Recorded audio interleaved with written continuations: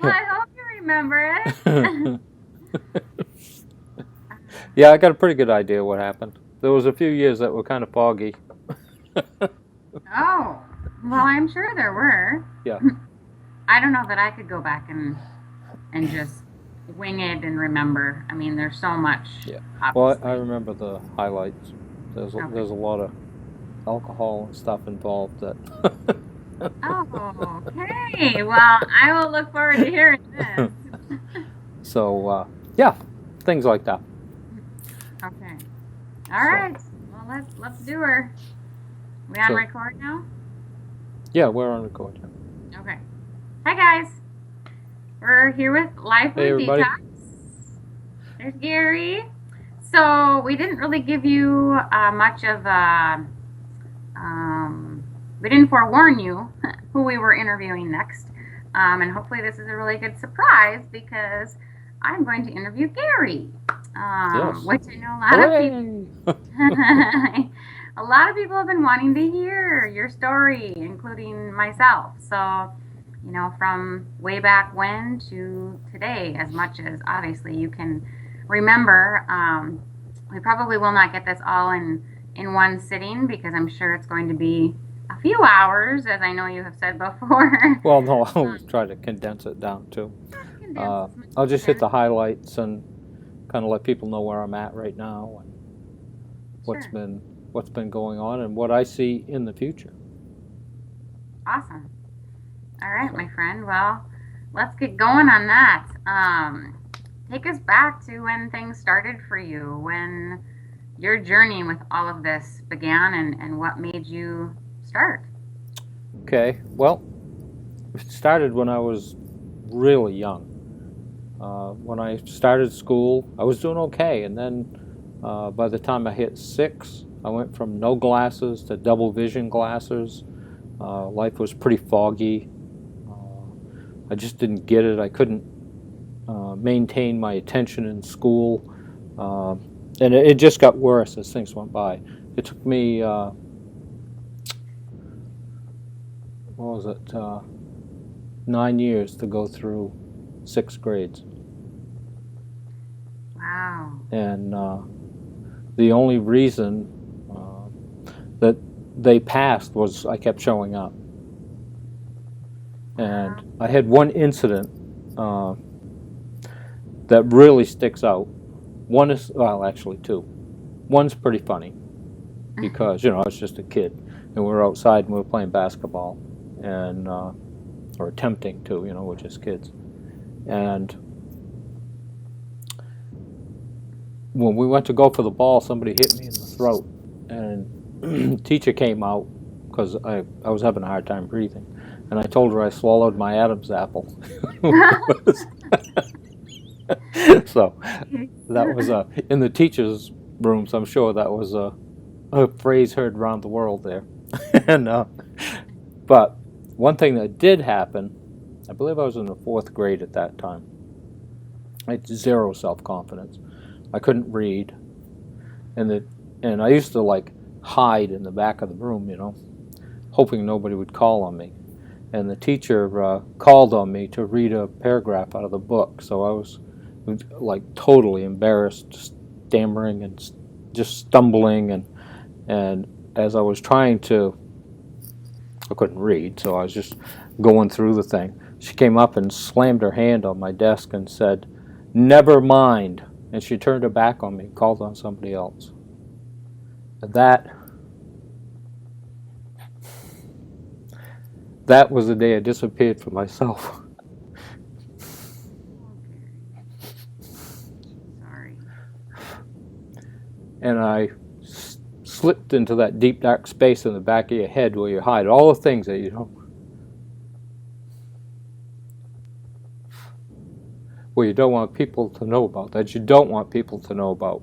And I lived there my whole life up to, and we're going to like jet forward here, to 1979. So I was involved in mixed martial arts all through school. And I didn't really belong there, but I got discipline. I got exercise, I got philosophy, because a lot of the people that were there, because of the martial arts, were kind of philosophical. So I kind of got that whole background, and that's really what I was after. That's what I was looking for. So in 1979, I was going to the Nationals out in the Midwest, and I was in Florida visiting some friends, and we got in an auto accident. I was pronounced dead at the scene. They were going to amputate this arm. And they told me I'd never walk again. I had over 100 stitches in my head. I was in a coma for 4 days. And many years later, because you see that as the most horrifying thing that's happened in your life, right? And many years later, I figured out it was the greatest gift I have had, because I finally got hit hard enough to pay attention. And How old were you, Jerry? How old were you? 29. then? Okay. 29. And previously, did your parents know you were having the struggles you were in school and what was going on? No. The only thing that my parents are my heroes, but they had no clue. My dad and my mom were both like borderline geniuses, if they weren't geniuses. Dad used to make his own tools, and I mean, there wasn't anything the guy couldn't build. And my mother the same way. I mean, she could drive, if she wanted to, she could drive tractor trailers. She could do anything. But something that my dad used to say is, well, don't expect much, because that boy's as numb as a hake. And for those that don't know, a hake is a fish. And he used to say things like, "It's a good thing you're a strong boy, because you're not very smart." But still, it was from their reference of what was happening, because I couldn't remember, I couldn't take the information in, but I could tear a motorcycle apart and put it back together. You know, there were plenty of things that I could do when I was an artist. And so after the accident, my whole world changed. I didn't know it at the time, but it was for the better. And I don't know if how many are familiar with dimethyltryptamine, or DMT. This is something I learned years later, some recently actually. We all have DMT inside us. We get a shot when we're born. That's what allows us to dream. And we get a shot when we die. That's why our life flashes before our face. Well, in that accident, I got, evidently, a massive, massive dose of DMT. And it rewired my whole system. And it was the first time I ever dared to stand up inside myself and say, "This is crap. I'm not doing it anymore.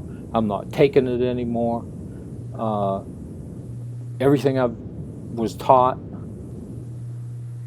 I'm not going to say it was wrong, but it wasn't for me. I should have never been in school." It took me 15 years to get through 12th grades. And I was the only kid in the 8th grade with a car, driver's license, and the car was paid for. I bought it. Jeez. Okay? So what I figured out later, and it's in my book, is that the only reason I graduated was because that year I turned 21. And they couldn't have me come back to school with a car, a driver's license, and be able to buy alcohol. Oh. So that is a whole planned, for those that don't know, that's a whole planned thing. As long as you show up, they'll find a reason to pass you. One of the few books that I've read was Teacher Man by Frank McCourt. And in that, he was a school teacher for 30 years in New York. And one of the processes for people like me was, well, his dad was in the war, that's worth a few points. His mother works, that's worth a few points. They're very good people, that's worth a few points. And they keep driving that up. Now, that's not for me, that's from a 30-year veteran in the New York school system. that's pretty much accepted nationwide. And I grew up in a university town. I grew up in Orono, Maine, which the University of Orono home base is in Orono in the University of Maine. So after I came back, I came home in a wheelchair. I could wiggle my toes, and I knew if I could wiggle my toes, then I was going to be okay. It would just take, I did all my own therapy. Probably a lot of people who have read my stuff on here know that I'm not a big fan of doctors. And within 6 months, I was back to running a mile a day. And I had a cane, and I remember I would wait for everybody to leave. I was at my mom and dad's house. And it took about 3 months to stand. And I would wait till everybody left, and then I'd go in the other room, and in my wheelchair, and I'd try to stand up. And because this arm was still pretty bad off, so I had to do some maneuvering to be able to stand. But finally I got so I could stand up. And I did all this when nobody was around. And I would take a few steps, and I'd go sit down. And just the act of standing up and sitting down, I was weak as a kid. So basically, like I said, within 6 months I was back running a mile a day. I couldn't run a mile now if you told me, but that was back then. I was in the best shape of my life. It's probably the only thing that saved me. It took them 45 minutes to cut the car up enough to get me out of it. They had to cut the entire top of the car off to get me out of the car. So did they tell you that you wouldn't walk because you were paralyzed? Or They just said I'd never walk again. I had just come out of the coma, so I lost like 3 weeks before the accident, my memory, and about a week or so after. I have no memory of that whatsoever. And this was a funny thing that happened once I was able to get up and move around again. Was I tell people, I just, I don't know, say amnesia or something, I don't know, because it was a massive blow to the head. They would say, well, what did you forget? I don't know, that's why they call it amnesia. And the only reason I had a clue that I had forgotten things was I was at one of the local restaurants, and I used to go there all the time, and I was drinking a cup of coffee. I drank coffee then. And I looked down and I saw a package of Sanka. And I went, damn, I should drink that. And that was a memory that came back to me. And I was like, I wonder why, or how I forgot that I used to drink Sanka. And I started drinking it again. But that was my clue that I had forgotten things. And I had papers in my wallet. Evidently, because I'm an artist, I had gone in Florida about a job interview for artwork. And I had the information in my wallet, and I had no idea where it came from. And one of the guys that was in the accident with me said, well, I took you over there for this interview. I had no... So there was a whole space. I still don't remember that interview. I mean, that was a long time ago, but I've never had any recollection of it. I only had the paperwork in my wallet, the guy's business card and all that stuff. One of the other things that would happen was, and it must have been an inner ear issue, when I would lay down and my head hit the pillow, it felt like I was doing 100 miles an hour head first backwards down over a cliff. And I'd jump and grab a hold of the bed and stiffen up, and it would go away. But that happened for years. It hasn't happened in a long time, but that happened for years. And so I don't know, that leveled out or balanced out or whatever it did. It wasn't because I was behaving myself, but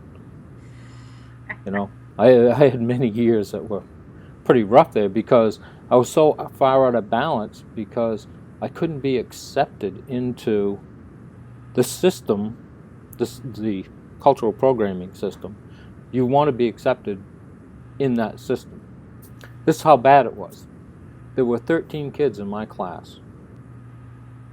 You know how they have rooms, they have a group A, group B, group C. We weren't allowed in those.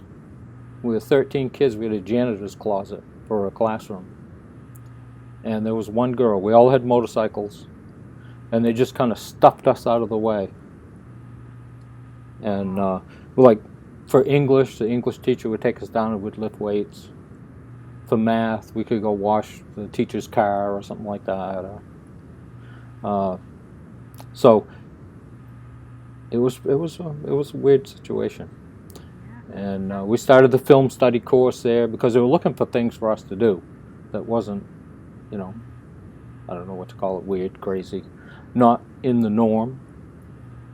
So when you say us, Gary, what did they lump you as? Like, what were these kids? Just kids that didn't get it? We were just on the fringe. You know, we were a disruption in the class, so they say. I remember one time the math teacher had been in an accident, and so I mean we were all mechanics and, you know, all that kind of stuff. So he said, "Can you guys fix that?" Sure, we can fix that for you. So we took it out to the shop and we cut the fender off with a blowtorch instead of straightening it out. Why was he mad? We didn't pass school that day. But I will say, as far as art goes, I saved the art program. I was in the 9th grade. And in the 9th grade, I was teaching the senior art class. So there were things that, you know, because that was my niche. And I found out when I was 38 that I'm dyslexic. And that's why I gravitate towards art, because it doesn't matter what side of the tree is on, you know. In letters, it matters how they're arranged. Right. And it sounds like you learn by doing. I do learn by doing, not by sitting in a classroom. Right. You know, I understand. Alan Watts says the world wiggles. And we are a part of the world. So the first thing they do when they set you in a chair is say, stop wiggling. Stop moving around. Well, it's such an unnatural act, especially for someone like me, not to move around or not to wiggle, and it's a form of suppression. And that's what this system does. It suppresses everything. And it's such a shame. And I'm not saying that some people don't fit that mold, but I definitely was not even, I wasn't even in the same room the mold was made in. You know, it's just, it was horrifying for me. It was like 15 years of I can't say prison because I've never been there, but it was prison to me because I didn't belong there. I belonged out in the fields or out in the woods or doing something that had to do with nature and natural things. Even the artwork. I mean, I would have loved to have done artwork. 1979, after the accident, and I finally stood up inside myself, I said, I'm going to be an artist. And everybody said, you'll go broke. I said, I don't know if you know it or not, but I'm in a wheelchair right now. I'm not only broke, but I'm broken. And there's nothing but up from here. And everyone out there that's detoxing wants to remember that. There's nothing but up from here. That's right.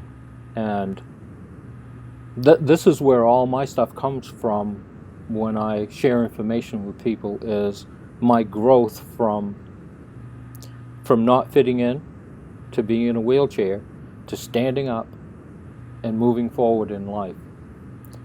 One of the things that I did was 1986, I think it was. I started my first company. And I've had a few, but I started my first company as a non-reading, non-writing sign painter. I did signs all over the world. Hand-carved, gold leaf, mother of pearl, turn-of-the-century glass-type signage, murals, you name it, I did it. I had my own school. I would teach people from around the world. I allowed 10 students. it was mind-blowing. And for the first 8 years I had that company, I was in total fear. Afraid somebody would find out that I couldn't read or write. Afraid that I'd fail. Afraid of, you name it, I was afraid of it. And one of the things I used to do is I'd go meet like the head of a hospital, right?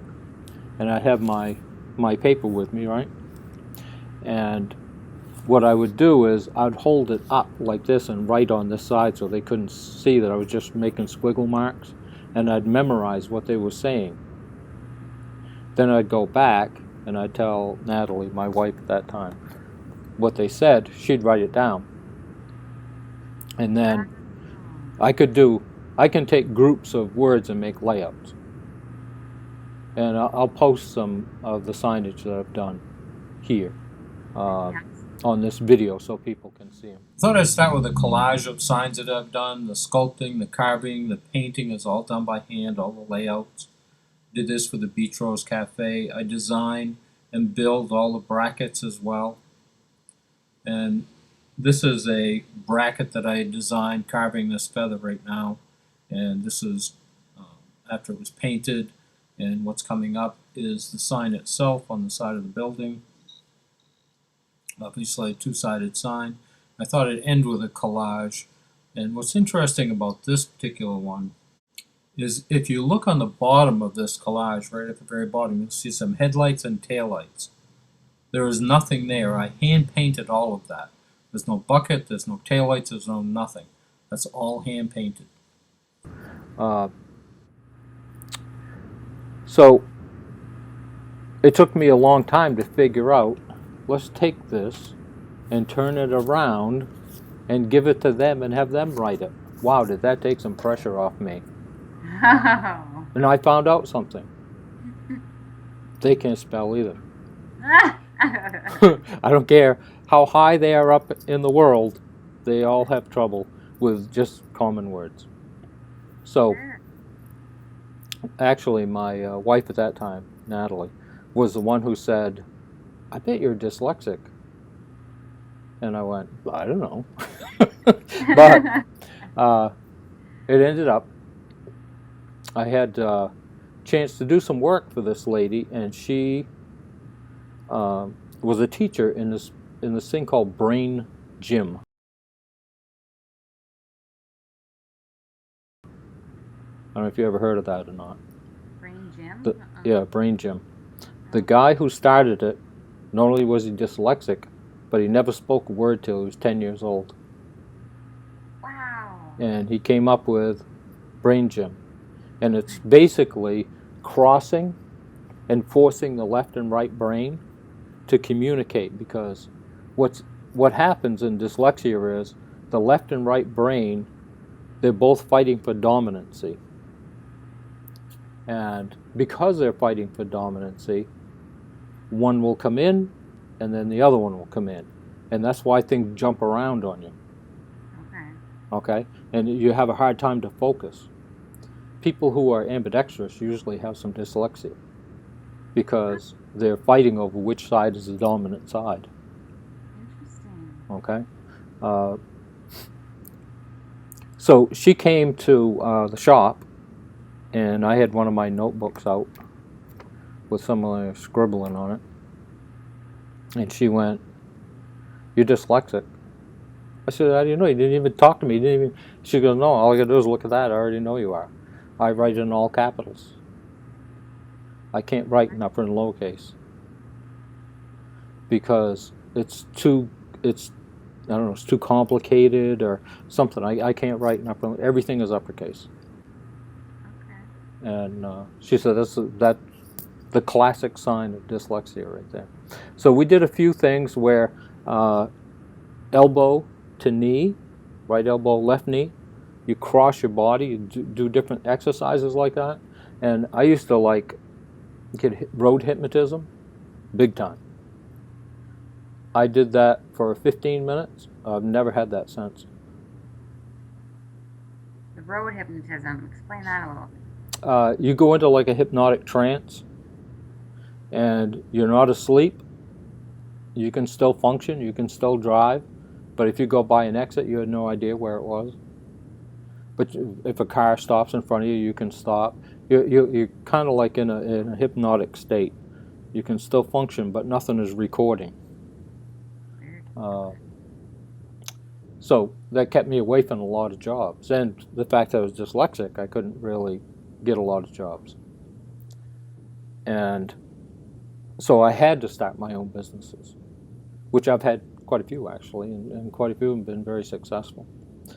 My sign shop was, like I said, I did stuff all over the world, and it took me all over the world, which blew my mind since I couldn't read or write. But I could also paint in any language because I wasn't reading the words. I was creating images on a board. That's all, symbols. That's all a letter is a symbol. It's no different than a chair. There's 10,000 different chairs. There's 10,000 different R's or L's or O's. So that's why there's a million ways to do everything. So when we got divorced, I couldn't run the company anymore because she did all the books and she did all that stuff. She also made sure all the letters were correct on the sign. And computers helped with that a lot. So I sold the company, and I worked for them for 3 months, I think it was.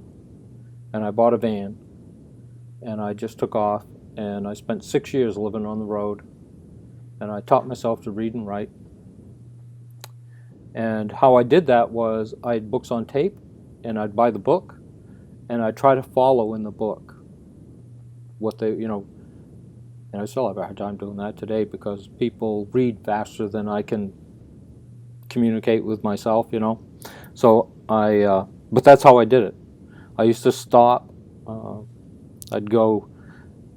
One thing about living in Maine was there was only south and west.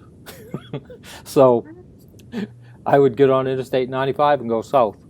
And because I couldn't read the signs, 10 and 40 were the two highways I traveled the most. 95, 10, 40, Route 66. Okay? Those are easy for somebody who's dyslexic. There is no Highway 04, and there is no Highway 01. So 40, I knew if I took a right there, I could go all the way across the country right in California. And if I went down to Jacksonville, I think it is, I would memorize the intersections. And I'd go down in Route 10. Like I said, there's no 01, so it has to be 10. I would take a right there. I could go all the way right into Palm Springs. And I'd spend a month at the Grand Canyon each year. But I would stop along the way wherever I wanted and plug the tape in, get the book out. If books were darts, they'd be stuck all over the country because that was pretty frustrating trying to learn that. But I did, and I was writing my book at the same time. Kind of psychobabble, trying to read it after I had written it because I'd have all these thoughts. And after 6 years, I started in 1999. I had basically my outline of my book all ready for a manuscript. So then, and this is a lesson for people as well as myself, I said I needed an editor. Obviously, no problem. I get it. I need an editor today. Okay, that's not a big deal for me. And I learned that from Henry Ford. Henry Ford said, "I'm not the smartest guy in the room. I hire smart people so I don't have to know those things." That's right. Okay, so I called a author, Maine author. I'm in Maine. I call the Maine author. Well, you'll never find an editor. You'll never find a publisher. I went through about 5 people, different people, who had published books who told me the same thing. I'm like, you guys are insane. After what I've been through and I've come this far, I know that you're not. That may be what's living in your head, but that's not the reality of life. So I made this little piece of paper, and I put on it, wanted, editor, to edit book, and my phone number. And in 24 hours, I had 12. Oh my I gosh. posted them at the bookstores, at the universities. And so a lot of people wanted $25 a page. Oh. And I found this guy, Paul Shanley, who edited my book. He charged me $10 a chapter. He had 6 books that he had written himself and had self-published. And so this right here is my book. Many people are familiar with that now. But we would meet at Borders bookstore in Bangor, Maine. Once I had this done, I had gone back home. And we would meet, and I'd give him like 25 pages or whatever. The book's not that big, but and he would start editing. And he would call me up and say, "Gary, I didn't know what this says in here. Right on this paragraph right here. What is that? I don't know. We're gonna have to get together." So we'd meet, and I would have to rewrite it. I'd read what was before it and what was after it, and I'd have to rewrite that paragraph because I had no idea what it said either. And another thing that happened to me, to give you an idea of how, when I focus on a word, I cannot remember the word I read before. So when I'm reading, I have no idea what I had written before. So I had this one page, and I knew there was a paragraph in there almost identical. It took me 3 months of reading that every day to figure out which paragraph was the duplicate. That one page, because when I read a word, I forget the next one, or the one I just read. And over and over and over again, I read that thing. Because once I heard it, I knew it was almost the same, but then I couldn't remember where it was back there. Right.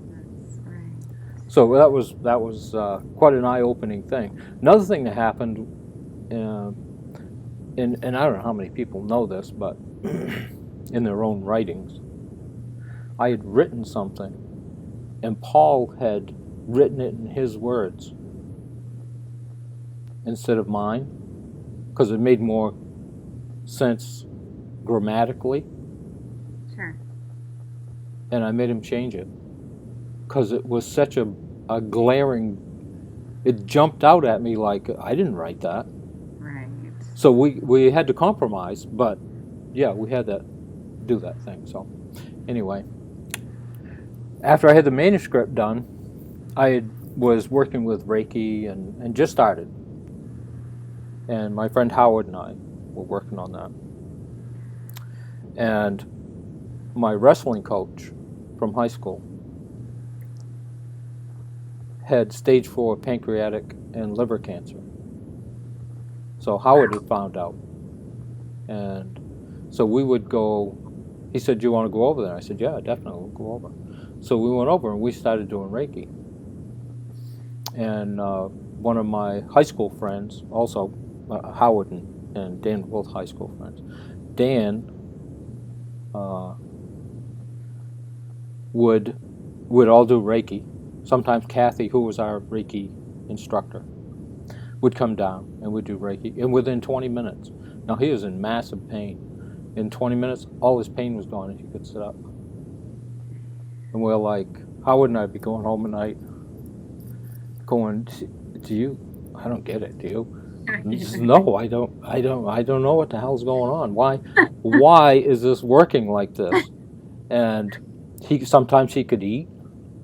We actually got him to the point where we'd load him on our back, walk down the stairs with him, get him in the car, and take him to a restaurant, and he'd eat. And he hadn't eaten in weeks. Oh my gosh. So we'd be there every single day. I would tell Dan stories as we were doing the Reiki. And basically, he loved to scuba dive. So I said, okay, what I want you to do is, I want you to just close your eyes and imagine yourself in the water, in this big bubble, big glass bubble, drifting down, down, down in the ocean. And you stop right at the point where when you look down, there's nothing but black. And when you look up, it's all light. And everything that you ever wanted to see in the ocean can swim up to you and you're safe. And they can swim around you. And you can see them and watch them and see how they move in the water and all that. And that's when my friend Dan from high school said, you need to go to hypnotism school. And I said, why? He said, because that's what you do and you don't even know it. Because Dan was a hypnotist. I didn't know he was a hypnotist. So I said, okay. So I signed up. I had my manuscript and everything, and I was looking for somebody to publish a book. And I decided that after 6 years, I wanted a relationship. So I signed up for the New England Guild of Hypnotism. Went to the class, and I met Val and my publisher that same weekend. Oh my gosh. So that, you got to put it out there. If you put it out there, and you really mean it, it'll come to you. So to those who don't know who Val is. Yeah, Val is my girlfriend. That was 12 years ago now. And so, yeah, we've had some pretty cool times together. So I was a Reiki master at that point. So at that meeting, I did Reiki 1 and 2 with her, and then later we did Reiki 3.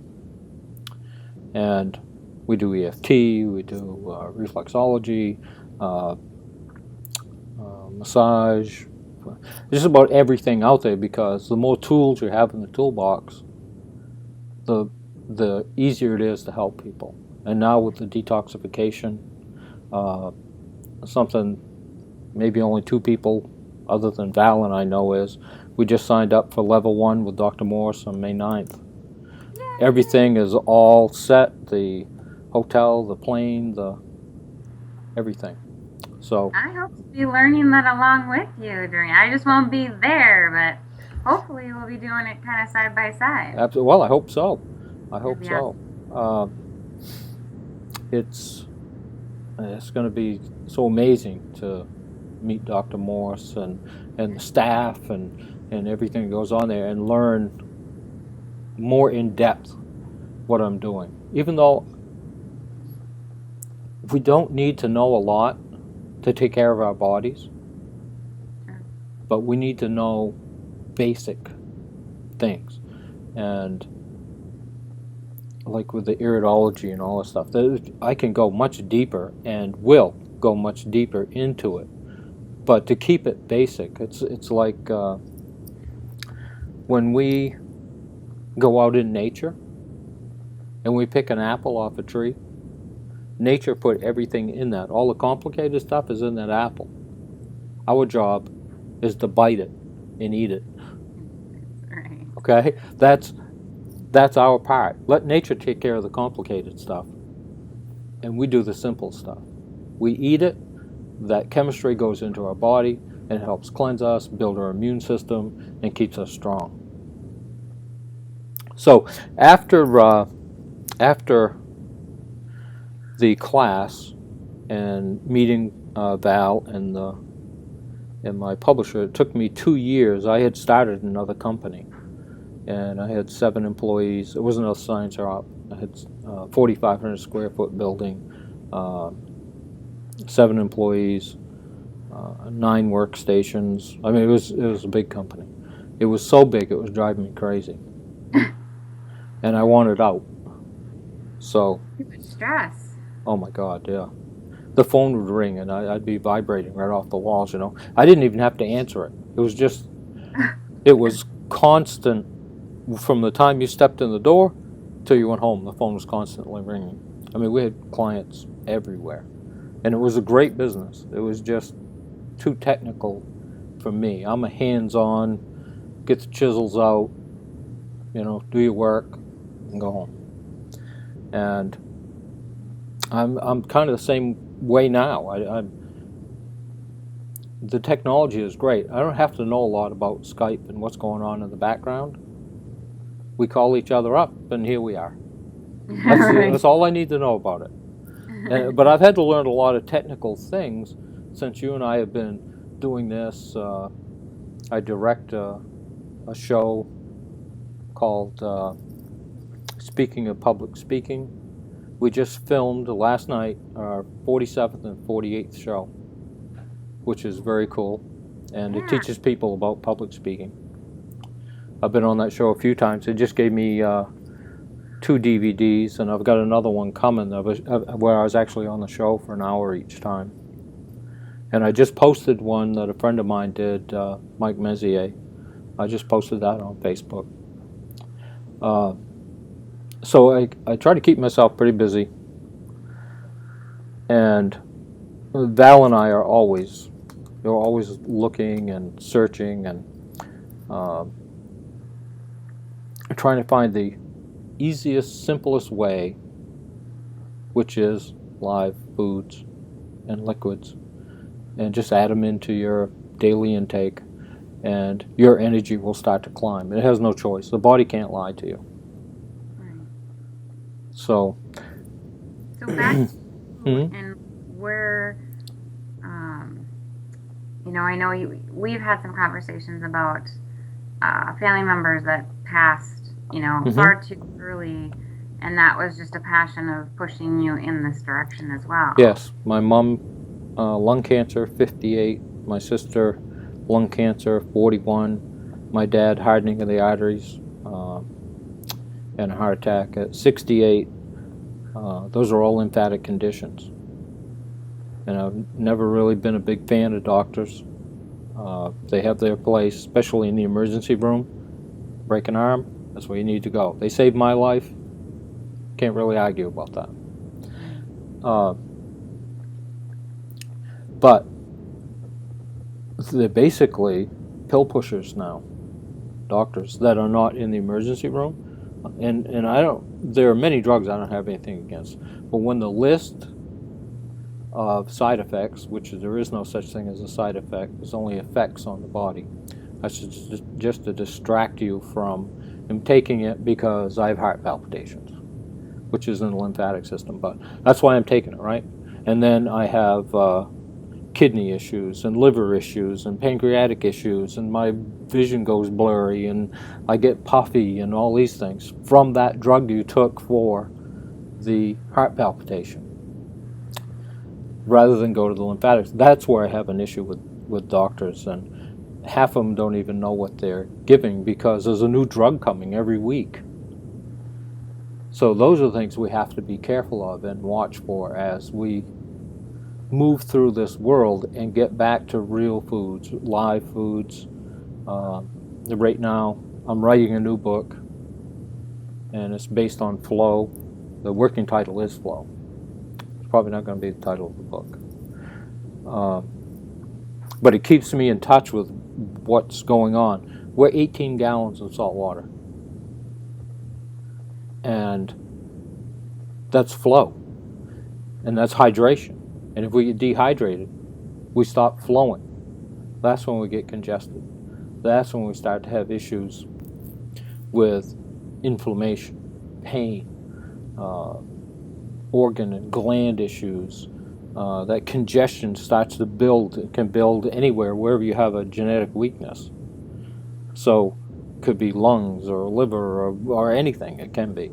It can even be pituitary or thyroid. So when you have a condition, though, and you don't know what to do, always go to hydration. And I'm not talking city water, and I'm not talking pasteurized drinks. I'm talking live liquids, live apple cider vinegar with the mother, coconut water, not from concentrate. What they do with concentrate coconut water is they evaporate all the water out of it and make it down into a thick slurry-like, because it doesn't cost as much to ship it. Yeah. Then they get it there and they rehydrate it. While they're rehydrating it, it's actually compromising its goodness, what it's supposed to do. The electrolytes and stuff all get messed up. So were you diagnosed with anything in particular at any point? only when I was a kid, and I was diagnosed with stupidity. Oh my gosh. Yeah, I was voted most likely not to succeed. Oh my gosh. And I believed it. See, Sure. that's the thing. When you get pigeonholed into these little categories, okay, and you're not strong enough to stand up inside yourself and say, that's it. You guys are all full of crap and I'm out of here. No, Right. you can't do that, because there was no way that I could walk in that room and prove them wrong. Not then. No. No. I don't even try now. I don't care. That's they're dream stealers. A dream stealer will tell you why you can't do something. A dream builder will tell you why you can. And it's hard when you don't have your parents to help you, or to, Yeah. I mean, with your parents telling you that, lucky that you can do things manually because you're not that brilliant or whatever. Right. I mean, that's not what you tell your children. I remember my mother used to do mathematical flashcards, right? And I never got those things right, ever. And because I never got them right, again, I couldn't prove them wrong. And because I couldn't prove them wrong, I only justified their belief that I wasn't very smart. And a job that I did when I was in the sign shop, I did the 7th, 8th, and 9th floor exterior on the hospital. Nobody would take it. Why? It was too big a job. Oh Here I was in a 2-person shop, my. okay? And I took this on. This is the whole face of the building. I worked with the design company that designed it. And so they showed me the first design, and I said, that won't work. And they said, listen, you're the sign painter, I'm the design company, I'll tell you what to make. I said, okay. And it didn't work. It had to be read from 1,000 feet. And the letters were only a foot high. Well, in sign painting, because you realize I'm a nuclear nut when it comes to certain things, and there's certain instinctual things that happen. So I used to keep a chart in my sign shop. A 1-inch letter is legible at 25 feet. So I started at 15 with that first one. And then I would expand the letter to let people know, if your sign's going to be 100 feet off the road, your letters need to be this big. And the bigger we can make them, the easier it's going to be for people to read. We've got traffic that we have to deal with. We've got intersections. We've got people crossing the road. Whatever it is, they're distracting, and you've got a maximum of 5 seconds for people to read that sign. So keep the text light as far as like not much of it, okay? And make it highly legible. And that's how I built my business. And like I said, it went all around the world. But when you're dealing with 1,000 feet, I said you're going to need a minimum of a 42-inch letter. Well, that's too big. I don't know what to tell you. You want it read at 1,000 feet, you're going to need a 42-inch letter. And so they actually had me make a mock-up of the letters and put them up on the building. And they wanted dark blue letters, and I said, you can't have dark blue letters. And they said, well, that's the logo. I said, I don't care what the logo is. The building is dark gray, and when it rains, it turns black. So the lettering melts into the background. So that's why I had to make the models. And put them over the roof and hung them down there, and all the big wigs came out, and I went, yep, that works. We can see that from where we want to see it. So then they had me do the whole thing, which was 50 feet maybe wide. The river part of it was 26 by 27 feet and had to go through 2 floors because the floors came out through the woodwork. So I had to figure out how to cut those with no measurements. No measurements. No measurements. No measurements. And so I took pictures and I projected them on the wall and blew them up to what I figured was actual size. And I cut everything according to those adjustments that I had made. And there was an eagle there too. And he had a 12-foot wingspan. He was 4 inches thick. And he was about 6 feet tall, flying over the river. So I had 17 people at the end working that I had hired to help put the logo, the bird and all that stuff up.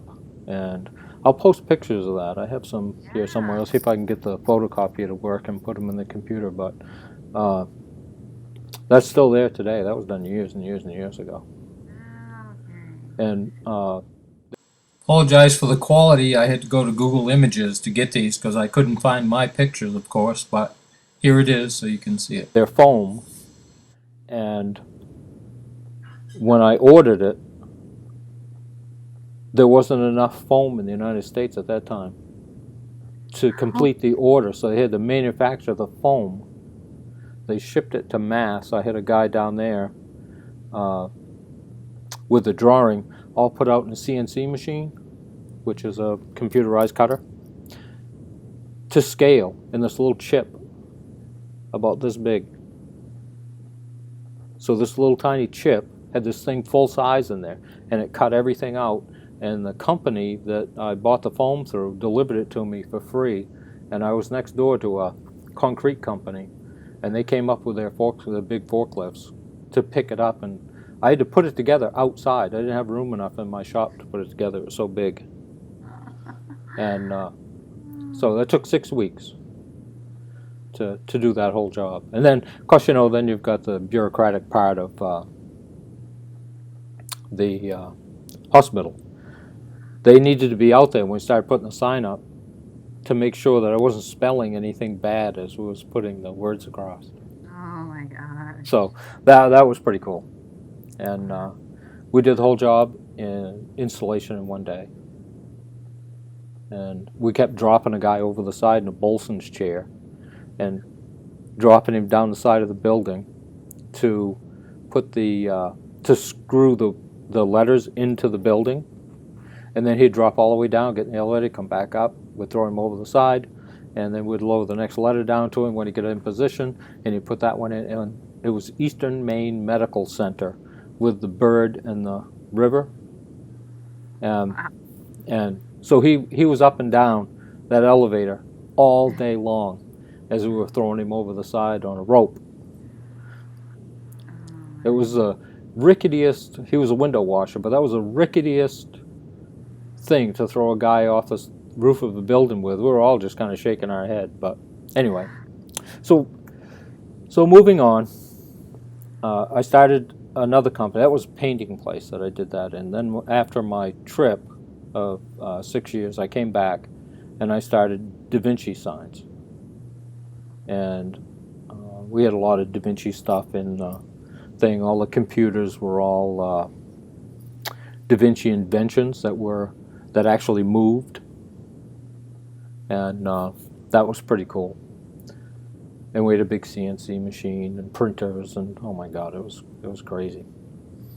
And then I met Val, and it took 2 years to bring in 2 partners, and sold the company. Then basically gave it away just to get out of there, and moved down here.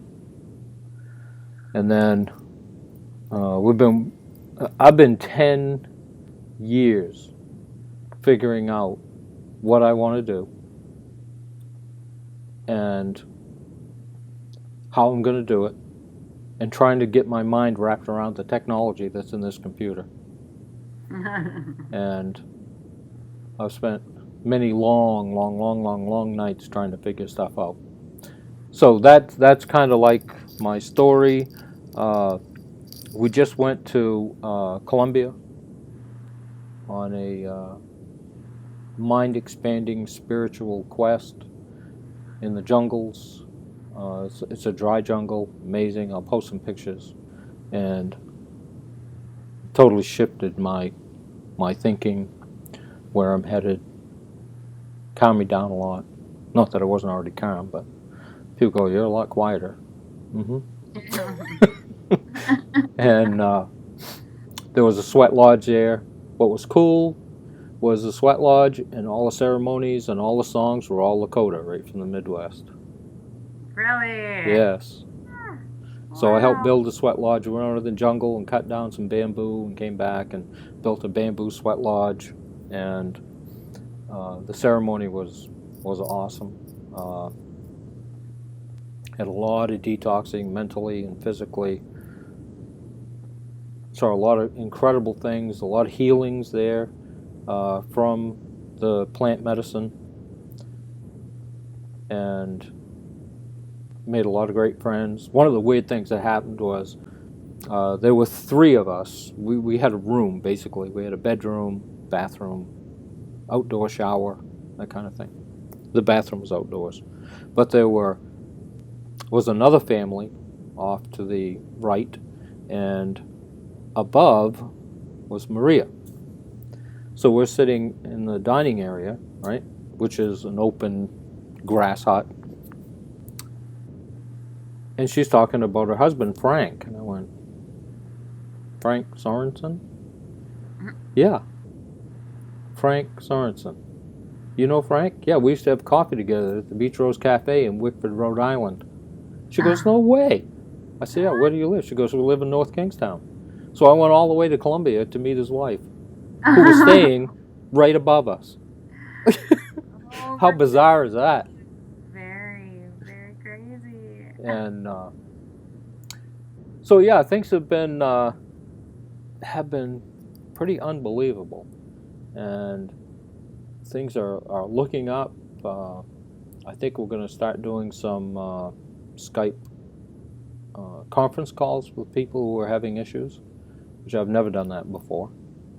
That'd be awesome.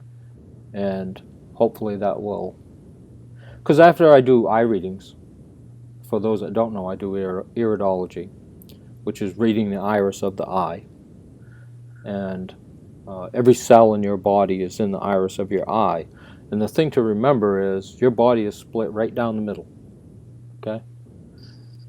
The left side is controlled by your left kidney, and the right side of your body is controlled by the right kidney.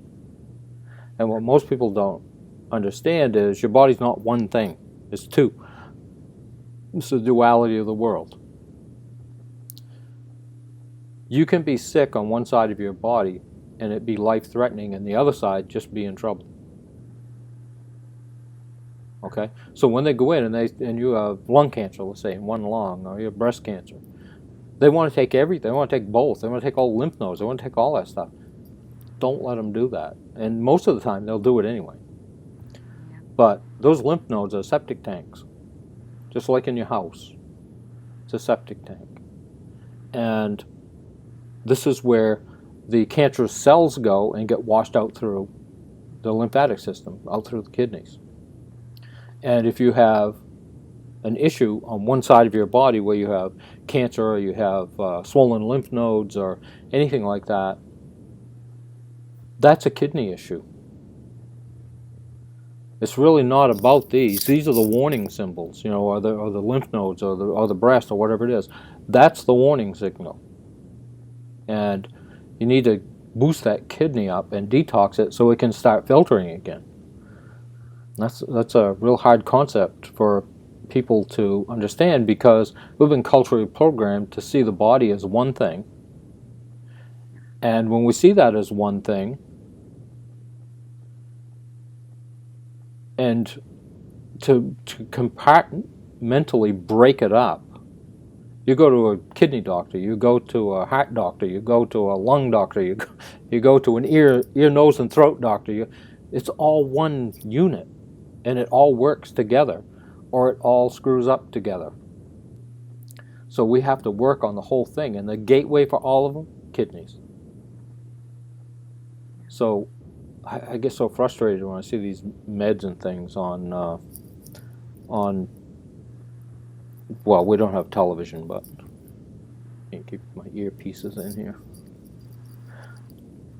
So when I see these meds on and the side effects are instant death or lung issues or kidney issues or liver, pancreas, whatever it is, the list goes on, and that stuff just, there's no way that a doctor should not know that that's not good for your body and prescribe it. There's just, so those are my things that have happened. Go ahead. Where are you at health-wise then, personally, right now? You know, since I came back from the jungle, every day I get a little stronger. I was doing pretty good, but probably not many people want to hear this, but we did plant medicine 5 days, sweat lodge 5 days. We took 1 day off in between. So it was a 6-day period, and we were there 7 days. In that 7 days, I went to the bathroom over 100 times. Yeah, that's insane. It was like 10 to 15 times every single day. I was like, where is this all coming from? Inside somewhere. And why? You know, as far as the vomiting goes, that was weird, really weird. It was, I was laying on the mat on the ground, and all of a sudden, you know, because you don't normally get nausea or whatever, right? Not me. It was like you took root beer and put it on vanilla ice cream and it just foams. Well, it was just like, it was this weird noise, like, when I got up and I was, you know, trying to make it to the area where we were supposed to eliminate. And so it was going, it was like there was a demon inside of me, right? And I just started going and going and going and going and going. And I'm like, ooh, wow, this is bizarre. The next night, it was about half that and about half the noise. And then the third night, I got a little tiny bit, and the fourth night, nothing. And then with ayahuasca, which is also DMT, it's plant-based. You get hallucinations. You get my first night, I saw it's like a metal geometric shape, and it had all these thin lines in it, and there was these beautiful lights inside it, very bright, shooting back and forth through these lines, and that was pretty cool. These didn't last very long, and like dreaming, because that's what's happening in dreaming, but you're entering different realms of your own reality. So there are many things that happen that you can't remember. You know, like you wake up from a dream and you forget, you know, or you can't remember the dream, but you know you dreamed. So there was probably a lot of that going on too. Then I remember the last night with because you have intention when you do this, and my intention was to connect with the plant life, and hopefully the elders would explain to me the depth of plant life so that I could share it with the world and use it as a healing agent, because that's what it is. It's a healing agent, but I'm looking for the in-depth stuff to really help people get a grasp on what plants mean to us. And what I'm writing right now is live source energy. And live source energy is to go out, ground yourself to the ground, and pick, or the best way, because this is how animals do it, they don't pick anything, they eat right off and what they are.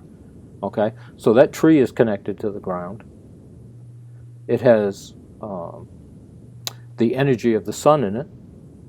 It's ripe, whether it's a leaf or whatever it is. It's ripe for them, and they chew it and eat it, and they ground it to the ground. That is the highest source of life force energy in the world. It is the energy that's connected to the universe. It's connected to us, and we don't eat like that. And that's why our energy is getting lower and lower and lower all the time, because we're eating dead foods and drinking dead liquids. So the life-giving liquids and foods are at a level that is so far above what you're eating that it can actually cause issues at first as it starts building your energy. Those minerals and the hydration, that's what creates energy in your body. But to go out and ground yourself, even if you just pick something and put it in your mouth and eat it, that's the highest source of life force energy. Well, I hate to do this, but we have to cut you off. And there's so much more that I know. There's so much more that I think we want to know and dig into you a little bit more on. So, but we need to do this again and have like part 2 and part 3 and part 4, however many we're going to do on you. Thank you. I hope people got something out of this. I know that every time I share my story, I get more out of it. Things become a little more organized, and I'm still sifting through this last trip. Who knows? Could take years, but the connection is greater and deeper, and my commitment to help people is even greater and deeper because of it. So I love all you guys, and I really look forward to learning as much as possible and sharing as much as possible. And you do it every day, Gary. So glad we have you. Thank you. So thank you. Your story is remarkable, and it's amazing to see everything that you've accomplished without being programmed into the way of the world, and you've done remarkable things.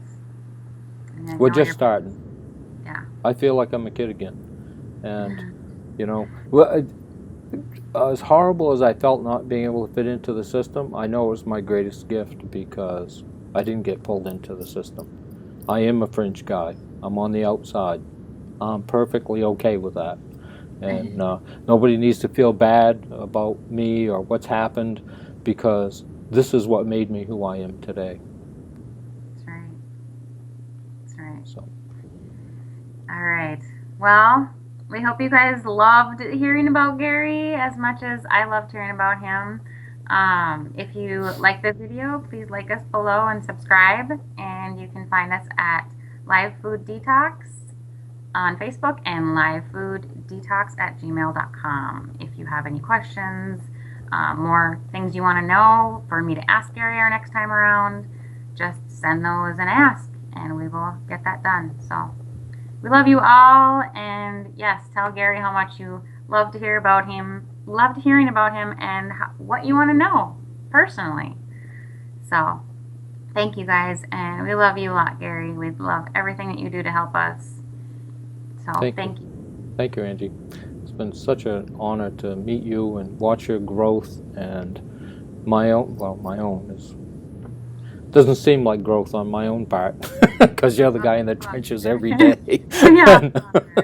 But just to see all the comments and the people who are getting their energy back and revitalizing their life. I wish I could have done that for my family, but they were the catalyst that helped me have that desire and that passion to learn so that I could help many others. And we want all the people out there to become teachers and just spread this all around the world. Exactly. So I love you, and I will see you later. Okay. Bye-bye. All right. I love you. Yep. Bye-bye. Bye, guys.